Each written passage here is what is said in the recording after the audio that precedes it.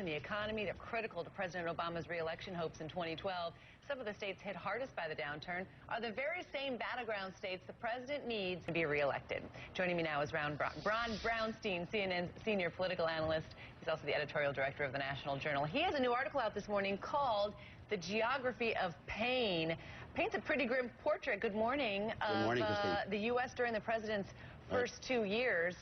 Tell me a little bit about what we know. We know that places that are very important for the president are also places that have been hit hard by job decline, a housing bust, and this feeling, this big feeling that we're still in a recession. Right. We use at National Journal new census data as well as Labor Department data and other federal data to kind of give a report card on the economy in the 50 states over the past 2 years. And there are two big messages that come out of this. One is that this really has been a continent-sized storm. There really has been almost no state that has not been affected by the Great Recession and its aftermath. The median income since 2008 is down in every state except North Dakota.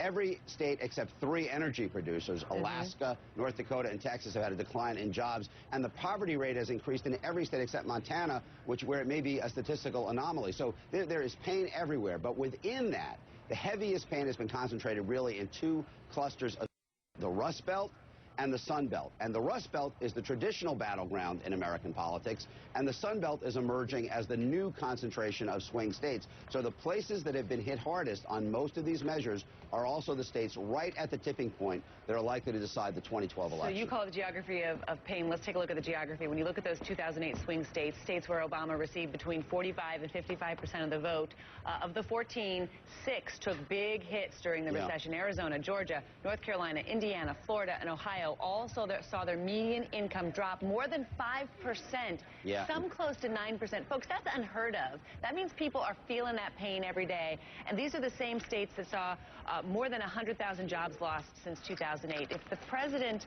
asks what Reagan asked, are you better off than you were 4 years ago, he'd get a resounding no from his battlegrounds.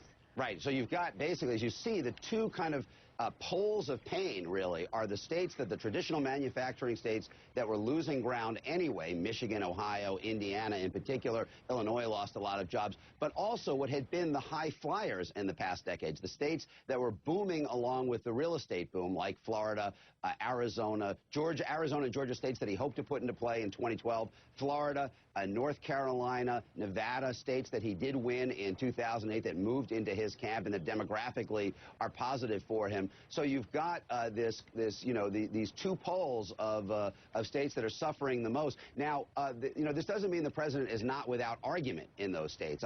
In almost all of these places, the downturn began under President Bush, and I think people recognize that. But as you say, if you're asking voters in these states, are they better off than they were in 2008, you're not going to get many people saying yes. Well, here's the way to look at it. Some people say the economy under the Obama administration. But the question is, would it be worse without his policies or better without his policies? And if it were a McCain presidency, saying the very same thing.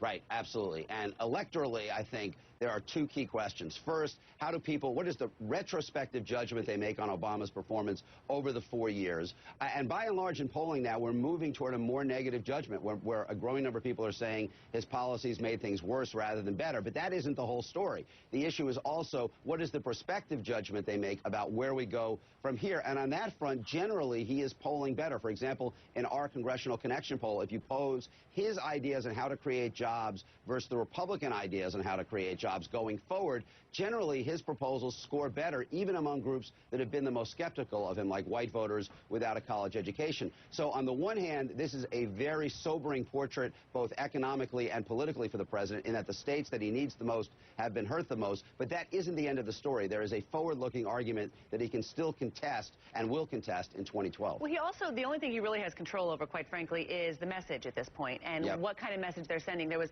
Reagan had the Morning in America in 1984, and last summer we had, remember the summer of recovery, the recovery summer? Now that really came from the vice president's office, and this whole stimulus thing was going to be recovery summer, and of course it wasn't. It didn't feel like a recovery. So they have to be very careful about the messaging. Can they make a more optimistic message, or will that seem tone deaf?